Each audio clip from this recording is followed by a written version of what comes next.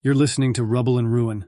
Welcome to the End, a dystopian zombie story told in 12 parts, written by Jarrett Rush and produced by SciFi Part 11. Now that there are only a couple of us, the fires we build are small. If we are going to burn up all of this stuff, we'll need something roaring. A small fire is either going to be smothered by anything we throw on it, or it's going to take so long for anything to catch that it will take all night. I don't want that. I want a fire that will be seen for miles. One with flames that punch up into the sky 30 and 40 feet. A fire that will scare anything, even a wailer, into staying away. I want a fire so big that it has a personality, then I want to laugh in its face. That kind of fire needs fuel, so I'm headed back to the storage shed to see what kind of accelerants I can find. I dig around the shed and realize that it's probably been picked over already. Walter was resourceful. I'm sure he found anything that could start a fire the first day or two. But there is equipment here, equipment that has engines and gas. I find a hose still coiled over in a corner and a large bucket. I use a knife that's also laying around to cut off a bit of hose as long as my arm and start siphoning the gas from those engines into the bucket. They drain quickly, and by the time I've hit them all, the bucket is about half full. It should make tonight's task easier. The fumes from the gas are overpowering, and by the time I get to camp, I'm feeling a bit lightheaded.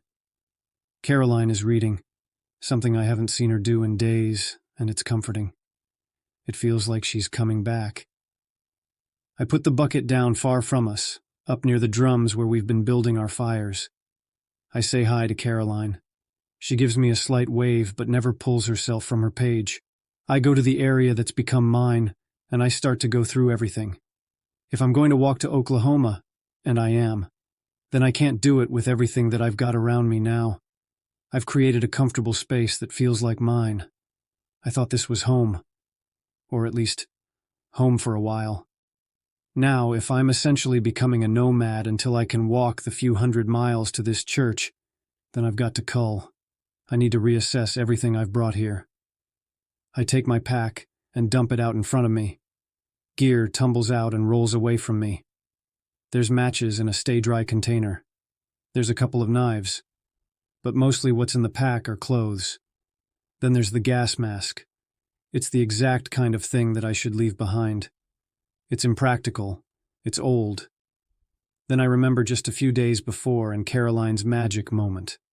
How if I hadn't had this mask, then I wouldn't be here to make these decisions. I wouldn't have had the opportunity to decide to go to Oklahoma. I put the mask in the pile of things that are coming with me. It's a pile that's still too big, but I stop trying to make tough decisions and pile everything that I'm not keeping into a somewhat organized stack near the barrels where we'll make our big fire later. "What are you doing?" Caroline asks. "Lightening my load." "Why?" "Too much to carry." "Yeah, makes sense, but you're going to burn it all?" "Don't know what else to do with it. Plus, I want to see a big, big fire. I kind of feel like I need to." "Okay, Pyro." Caroline walks to her pile of stuff and drags a mat that she'd been laying on. Not her bed, a spare mat that she'd found somewhere, and drags it over to the pile and throws it on top. She looks at me and says, "Kindling." We each spend the next hour sorting our stuff into the things we'll keep and the things we'll burn. This very long walk that I'm facing is forcing some very tough decisions. Stuff is going into the burn pile that I've had for years. It's stuff that I always thought of as essential. That's why it made it here. But after a lot of mental back and forth, I've got everything down to a few changes of clothes and must-have gear for eating, sleeping, and survival. Plus my mask. It's all in my pack, along with a bit of extra space so I'll have a place to put anything I pick up on the way. It's beginning to get dark, and Caroline comes over. "When are we going to light this candle?" I stand. "We should probably get started." I take the last of the items I'm burning over near the barrels. "One or two?" I ask when I get back. "One or two what?" "We want to do 1 or 2 fires? One would be more spectacular, but 2 gets us done quicker." "2," Caroline says. "I want to get this over with." She grabs an armful of items from her stack of burnable things and carries them to the second barrel that's about 20 feet away. She starts cramming things inside of the barrel. Not too tight, I warn her. You want some air to be able to get in there. She crams with less enthusiasm, then comes to me when she's finished. I pour some of the gas on the items in the first barrel and hand her the bucket. Don't use it all, but get your stuff good and wet. She nods, wets what's in her barrel, then brings the bucket back to me. I set it far away from the barrels and pull my waterproof container of matches from my pocket. I take one out and go to light it as I walk back to her. Wait, she says, and takes the container from me.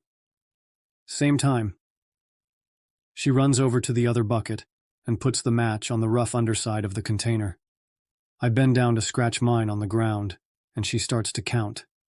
She gets to 3, and we both light our matches and toss them onto our barrels. Flames erupt, and we can feel the air rushing in to feed them. Camp is suddenly hot and bright. I take quick steps back until I get to a point where the intensity of the flames is tolerable. Caroline joins me.